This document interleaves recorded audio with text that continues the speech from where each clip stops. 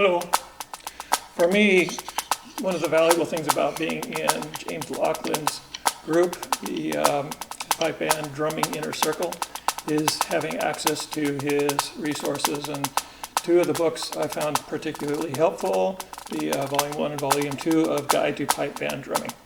And with those books comes a set of MP3 files that you can hear and know how those things are supposed to be played. I'm not a pipe band drummer, although I have been in one long ago for a short period of time. My experience has been American drumming, rudimental type stuff before DCI. And so that's my experience, but I'm a programmer, software programmer, and I was interested in trying to capture the flavor, the way that things are played in the pipe band world into a form that could be played back accurately with that style. And so what I've done is I've taken those two books and I've converted most of them, all of Volume 1 and about a third of Volume 2, into MIDI files, and one of them is playing right now. And so to give out free to anybody who wants to use them. I found them helpful because it encouraged me to keep on playing and keep on practicing and tuning my ear to what I think is correct. Now I took the interpretation of what James was playing and I looked at his music and tried to be as accurate as possible in making that sound correct. I don't know if I did it, but and you could probably tell me better. But anyway, I've made those files available.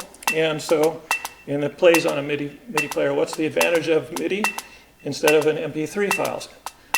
Well, MP3s are hard to speed up and slow down. Yes, you can double their speed or half their speed or something like that. But usually the pitch will go up and the note durations, like grace notes, will space out. A flam or rough or something like that. When you slow it down, everything spaces out. And so those roughs, instead of being close, are going to be all spaced out. That's maybe okay for understanding how they're played, but if you want to practice with it, you can't play those roughs at a slower tempo correctly.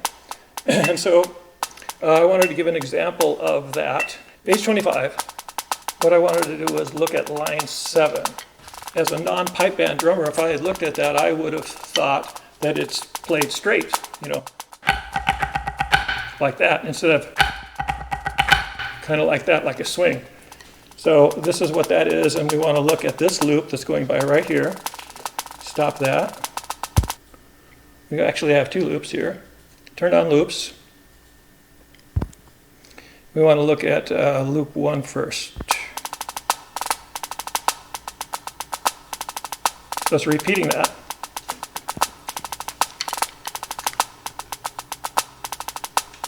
And let's play it slowly. So tune it down, turn it slower. Let's say about 75%.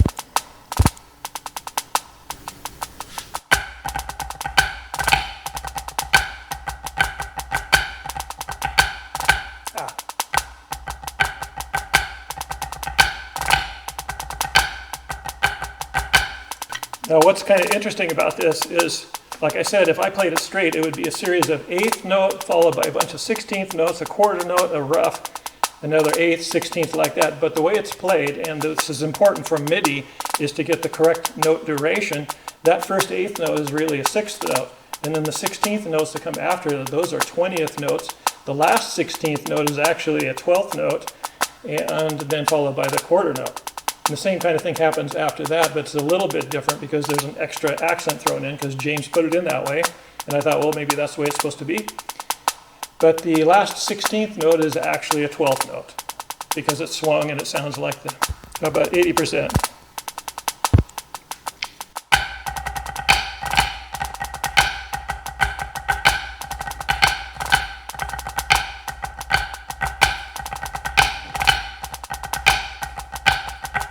Let's do the exercise before that.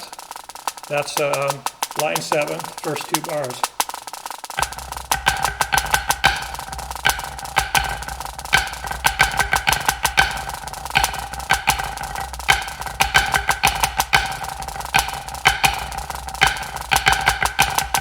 So I have trouble with the last part of it. No, I don't play it right. So this is a good tool for helping me get it right. And I hope somebody can enjoy it, and a happy New Year to everybody. And thanks, James. from Maui, Hawaii.